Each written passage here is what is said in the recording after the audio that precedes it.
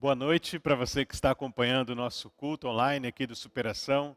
Seja bem-vindo a mais um sábado, onde nós vamos mais uma vez ler a palavra de Deus e refletir naquilo que Deus tem para nos falar hoje. Como você está acompanhando, nós estamos trabalhando numa série aqui no Superação, que é o Evangelho em 8 palavras. E hoje nós vamos para o 5º episódio dessa nossa série, desse nosso tema, o Evangelho em 8 palavras. E hoje é a nossa 4ª palavra, no 5º episódio é a nossa 4ª palavra. E a 4ª palavra é a palavra Cristo. A palavra Cristo. Se você tem acompanhado, você já sabe quais foram as outras 3 palavras. E hoje nós estamos na nossa 4ª palavra, que é a palavra Cristo.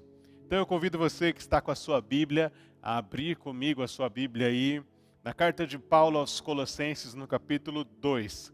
Carta de Paulo aos Colossenses, no capítulo 2. Eu vou ler os versículos 13, 14 e 15. Diz assim este texto bíblico.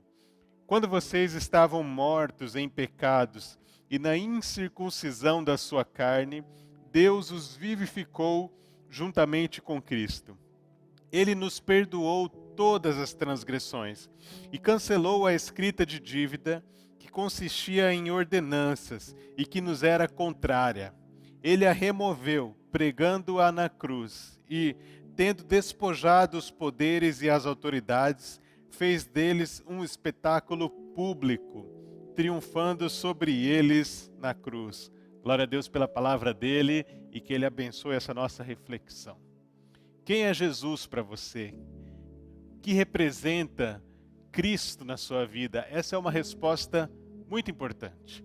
O contexto desse texto que lemos aqui é o seguinte: o fundador da igreja em Colossos chamava-se Epáfras. E Epáfras foi provavelmente convertido ao Evangelho de Jesus Cristo pelo apóstolo Paulo. E sendo o fundador desta igreja em Colossos, Epáfras também era o pastor dessa igreja. E pastoreando essa igreja, ele passou a enfrentar um problema. Ele se viu diante de um problema, que era a infiltração de falsos ensinos ali no seio da igreja. Enfim, nós não temos tempo para eu trabalhar qual era esse falso ensino, mas o fato é que esse falso ensino tentava adicionar ordenanças, adicionar coisas para que as pessoas fossem salvas. E aí o Epáfras, diante desse problema, ele recorre ao seu mentor, ao seu amigo, ao seu discipulador, enfim, a pessoa que tinha conduzido ele até Cristo, que tinha sido o próprio apóstolo Paulo. E o Epáfras vai e pede a ajuda de Paulo nesse sentido. Então, quando Paulo manda essa carta aos Colossenses, ele manda para responder a esse falso ensino que tinha infiltrado na igreja por meio de mestres, falsos mestres que tinham se juntado à igreja ali e tinham infiltrado esse falso ensino. Então, Paulo manda essa carta para Epáfras, para que Epáfras leia na presença da igreja, e Paulo escreve para combater esse falso ensino. Basicamente, o que Paulo está dizendo em toda a carta aos Colossenses é a respeito da suficiência de Cristo. A suficiência de Cristo significa que Jesus Cristo é suficiente para a nossa salvação. Jesus Cristo é suficiente para a nossa justificação diante de Deus. E a suficiência de Cristo é um tema central na Bíblia Sagrada. A suficiência de Cristo é um tema muito importante para nós, pelo menos por 3 razões. A suficiência de Cristo é importante. Em primeiro lugar, a suficiência de Cristo é importante para a gente combater o espírito da religião. A suficiência de Cristo é importante para nós combatermos o espírito da religião, da religiosidade, do legalismo. É esse o objetivo pelo qual Paulo escreve a sua carta aos Colossenses. Combater esse espírito, mas ele também é válido para os dias de hoje. Ou seja, para que ninguém seja enganado por meio de falsos ensinos e para que ninguém seja enganado através de legalismo, através de adições de outros evangelhos no seio do evangelho de Cristo. Ou seja, você não precisa de nada para ser salvo além do sacrifício de Jesus Cristo. Mas a suficiência de Cristo também é importante neste momento específico que nós vivemos no nosso mundo agora. Neste momento de pandemia, a suficiência de Cristo é importante também para nós atravessarmos esse momento de pandemia. Isso porque quando nós entendemos o quanto Cristo é suficiente na nossa vida, nós passamos a temer menos. Nós passamos a amar mais a Deus, amar mais a palavra de Deus e entendermos que Cristo é suficiente e que Ele acaba com o nosso medo, que Ele extingue o medo, porque nós entendemos que nós não precisamos temer nada, porque se temos a Cristo, nós não precisamos de mais nada. Então Cristo é suficiente para nós atravessarmos este momento. Mas Cristo também é suficiente porque Ele é o centro do Evangelho. E aqui nós estamos falando do Evangelho. Estamos falando do Evangelho em 8 palavras. E o centro do Evangelho é a pessoa de Cristo. Então, eu convido você a acompanhar comigo, versículo a versículo, esses 3 versículos que lemos aqui em Colossenses 2. O versículo 13, o primeiro que nós lemos, diz: quando estavam mortos em pecados e na incircuncisão da sua carne, Deus os vivificou juntamente com Cristo. Ele nos perdoou todas as transgressões. Então, Paulo está falando aqui de um contexto que é após a queda do homem no pecado, obviamente. Mas o fato é que, após o homem ter sofrido a queda, aquilo que nós vimos na semana passada, quando o homem vira as costas para Deus, quando o homem quer matar a Deus, na verdade, quem morre é o próprio homem. Toda vez que o homem tenta matar a Deus, o ser humano morre. E o que o Paulo está falando aqui é: quando vocês estavam mortos. É simples assim. Efésios 2, um outro texto de Paulo, quando ele vai falar sobre a graça, que nós somos salvos pela graça, mediante a fé, enfim. Mas ele começa o capítulo 2 de Efésios falando algo parecido aqui, porque ele fala que vocês estavam mortos em seus delitos e pecados. Nós estávamos mortos, ou seja, a figura do ser humano que vira as costas para Deus e que abandona a Deus é a figura do ser humano morto. E como eu disse, Paulo escreve estas palavras nesse contexto da heresia colossense, em que as pessoas queriam adicionar ordenanças e adicionar meios pelos quais as pessoas deveriam ser salvas. Então esses falsos mestres tinham infiltrado esse falso ensino falando que precisa mais e mais e mais disso, combatendo a suficiência de Cristo e a suficiência do Evangelho de Cristo. Mas não perca de vista aqui que nós estamos falando sobre o ser humano morto, caído, que precisa de algo. O ser humano, quando está morto, ele não precisa de uma água benta. Não adianta você jogar uma água benta no morto, porque ele vai continuar morto. O ser humano, quando está morto, ele não precisa de uma pulseira de Cristo. Não adianta você falar para o ser humano morto: olha, dá o dízimo. Não adianta você falar para o ser humano morto: olha, talvez seria melhor você guardar o sábado. Enfim, o ser humano que está morto, ele precisa só de uma coisa: ele precisa de ressurreição. O ser humano morto precisa de ressurreição. E aqui o que o texto está falando para nós é um retrato dessa obra de Cristo. Porque Deus em Jesus Cristo vivifica-nos, Ele nos dá vida. Nós que estávamos mortos, agora nós passamos a ter vida. E o fato é que Jesus mergulha nesse abandono de Deus onde nós estávamos para nos buscar e nos trazer de volta desse abandono e nos dá vida.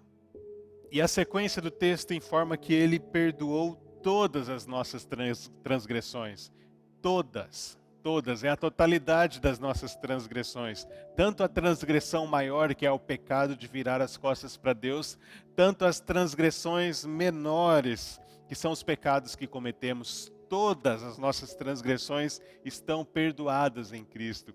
Tanto as que nós cometemos atualmente, quantas que nós cometemos no passado, quantas que nós ainda vamos cometer no futuro, enfim, todas estão perdoadas. Deus nos perdoa em Cristo, porque a justiça de Deus foi satisfeita. Como? E aí nós precisamos ler o versículo 14, que fala assim, que Ele cancelou a escrita de dívida, que consistia em ordenanças e que nos era contrária. Ele a removeu, pregando-a na cruz. Ou seja, Deus removeu a escrita de dívida que tinha contra nós. E essa escrita de dívida que tinha contra nós nada mais é do que a lei de Deus. A lei de Deus era a nossa certidão, a nossa cédula de dívida. E é importante, eu abro um parênteses aqui para falar que na teologia, ao longo da história, acostumou-se a dividir a lei de Deus em três partes. A lei moral, que diz respeito aos 10 mandamentos e aos todos os mandamentos presentes na lei ali. A lei civil, que vai legislar acerca de Israel enquanto Estado, enquanto governo. E a lei cerimonial, que era a lei que delimitava ali como deveria ser feitos os sacrifícios no templo. E aí, fechando esse parênteses, quando fala que Deus cancelou a escrita de dívida que era contrária a nós, está falando acerca da lei, dessa lei moral. A lei dos 10 mandamentos, que é uma lei que não nos foi dada para nós obedecermos para ser salvos. A lei nos foi dada para que a gente consiga perceber que a gente não pode cumprir a lei. Nós não conseguimos cumprir a lei. A lei que nos foi dada, ela nos foi dada para apontar para Cristo. Não é para que a gente tentasse se esforçar e conseguindo cumprir toda a lei nós fôssemos salvos graças a essa obediência. Não, era para que tentando cumprir nós percebêssemos que nós não conseguimos e que precisamos de um Salvador. E aí a lei aponta para Cristo. É para isso que a lei foi nos dada. E toda vez que o homem tenta cumprir a lei para ser salvo, para merecer Deus, ele cai nesse abandono da consciência de perceber que precisa de um Salvador. O fato é que nós precisamos de um Salvador. Não é que a lei está errada, a lei é santa e a lei é perfeita, mas nós estamos errados. Nós somos pecadores e nós somos imperfeitos. Então, esse escrito de dívida foi pregado na cruz de Cristo. Os cravos que pregavam os pés e as mãos de Jesus, pregavam não só os pés e as mãos de Jesus, mas também essa escrita de dívida dos nossos pecados, da nossa dívida diante de Deus. Então, esses cravos que pregavam Jesus também pregavam essa escrita de dívida. E nessa escrita de dívida agora se encontra escrito com sangue a palavra tetelestai, que significa está pago, está consumado. Ou seja, a dívida, a escrita de dívida, a cédula de dívida que nós tínhamos, agora nós não temos mais, porque Deus apagou a escrita, Ele cancelou essa escrita de dívida que nos era contrária e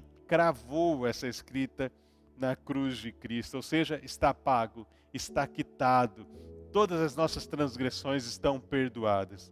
E o texto segue dizendo no versículo 15, e tendo despojado os poderes e as autoridades, fez deles um espetáculo público, triunfando sobre eles na cruz. E aqui no versículo 15, Paulo está fazendo uma referência aos anjos caídos, ou seja, Satanás e os seus exércitos.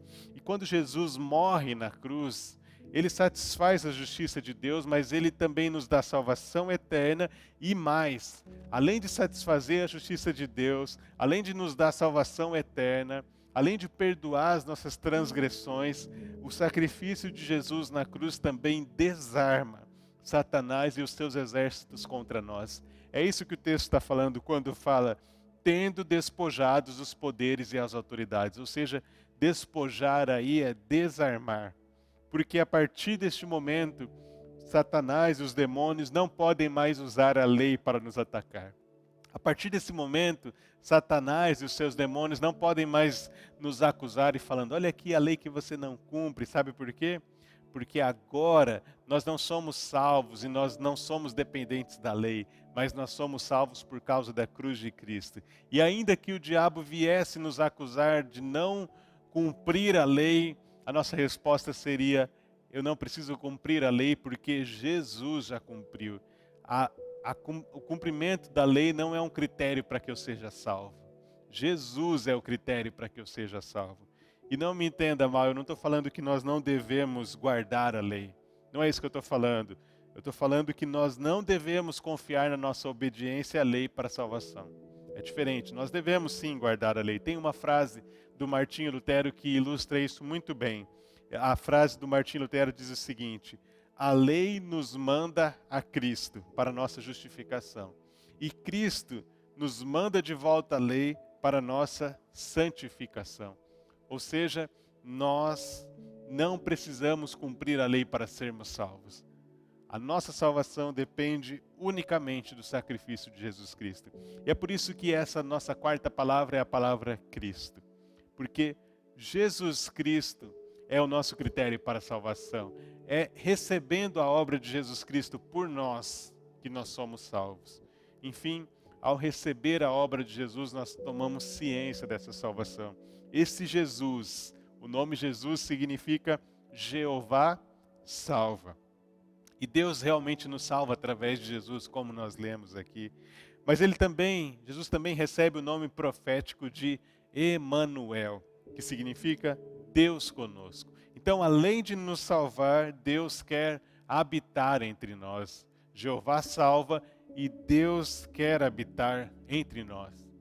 E Cristo significa ungido, o ungido de Deus. A pessoa que vem em nome de Deus, que é na verdade o próprio Deus, para manifestar salvação e para habitar entre nós. Os judeus, até mesmo os discípulos de Jesus, em vários momentos achavam que Jesus tinha vindo para vencer os romanos, para derrotar os impérios romanos. Mas ele veio para vencer algo muito maior. Jesus não veio para vencer o império romano. Jesus veio para vencer o pecado e a morte. Jesus veio para vencer o pecado e a morte, e não a morte do pecado sem a morte de Cristo, não a fim do pecado sem o sacrifício de Jesus. Então, ter Cristo como a nossa quarta palavra é nos lembrar que Jesus é o centro do Evangelho, é nos lembrar que o Filho de Deus se fez homem, para que os homens pudessem ser filhos de Deus. A mensagem do Evangelho para nós é como um filtro solar. Não basta a gente saber que a gente precisa usar filtro solar. Não basta a gente ir no supermercado ou na farmácia e comprar o filtro solar. Não nos basta ter o filtro solar em casa. Nós precisamos usar. Nós precisamos utilizar, nós precisamos aplicar. E nós precisamos, quando preciso, reaplicar o filtro solar. E em paralelo a isso, a mensagem do Evangelho para nós funciona da mesma forma. Nós não podemos considerar a mensagem do Evangelho como algo que a gente ouve antes da nossa conversão e uma vez que nós somos convertidos, nós não precisamos mais da mensagem do Evangelho. A mensagem do Evangelho é como um filtro solar. Nós precisamos reaplicá-la e reaplicá-la para que nós sempre nos lembremos que nós não somos salvos pela nossa obediência, mas nós somos salvos por Jesus Cristo. E eu acredito que Jesus muda tudo. Eu acredito que quando Jesus vem à Terra, Ele muda tudo. Ele muda a história, Ele muda o sistema religioso, Ele muda inclusive o sistema político. E Jesus muda tudo nos nossos dias hoje. Ele muda inclusive a maneira como nós respondemos e como nós pensamos no meio de uma pandemia global. Enfim, Jesus Cristo muda tudo. É o centro do Evangelho. E para finalizar, eu quero ler um texto também aqui, Colossenses, no capítulo 1. Veja o que diz o texto de Colossenses 1, a partir do verso 15, diz assim, falando a respeito de Jesus. Ele é a imagem do Deus invisível, o primogênito de toda a criação, pois nele foram criadas todas as coisas, nos céus e na terra, as visíveis e as invisíveis, sejam tronos ou soberanias, poderes ou autoridades. Todas as coisas foram criadas por Ele e para Ele. Ele é antes de todas as coisas e nele tudo subsiste. Ele é a cabeça do corpo, que é a igreja. É o princípio e o primogênito dentre os mortos, para que em tudo tenha supremacia. Pois foi do agrado de Deus que nele habitasse toda a plenitude e por meio dele reconciliasse consigo todas as coisas, tanto as que estão na terra quanto as que estão no céu, estabelecendo a paz pelo seu sangue derramado na cruz. Antes vocês estavam separados de Deus e em suas mentes eram inimigos por causa do mau procedimento de vocês. Mas agora Ele os reconciliou pelo seu corpo físico, mediante a morte de Cristo, para apresentá-los diante dele santos, inculpáveis e livres de qualquer acusação. Esse é Jesus Cristo, a imagem do Deus invisível, o primogênito de toda a criação, aquele que sobre tudo e sobre todos tem supremacia. E hoje nós vamos encerrar não cantando uma música, mas ouvindo uma música e assistindo um clipe de uma música, mas mais do que assistir, eu quero te convidar a refletir na letra dessa música que vamos ouvir agora, porque ela é as Escrituras cantadas.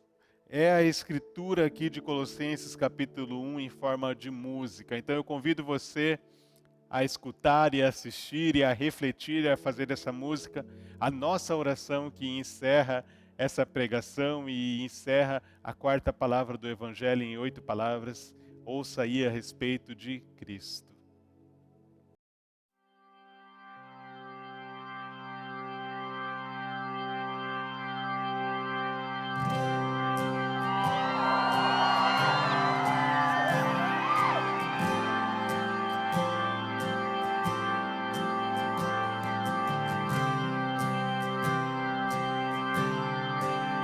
Vou ficar em pé para cantar essa.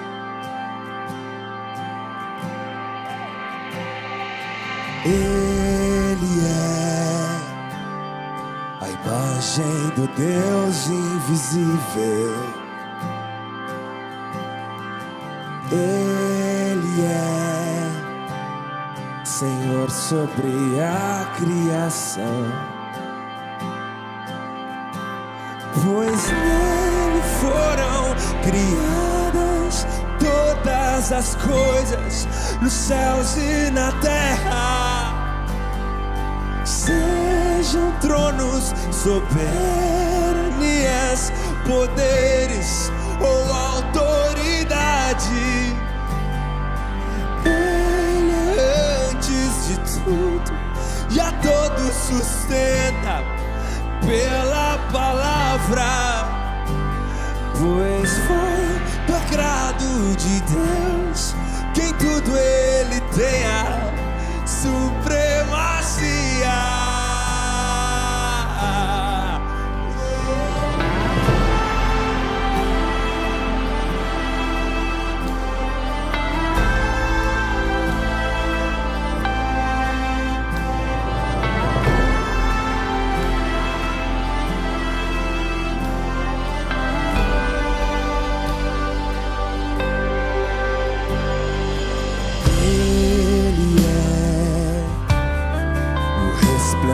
Da glória do Pai, Ele é a exata expressão do seu ser, pois nele foram criadas todas as coisas nos céus e na terra. Sejam tronos, soberanias,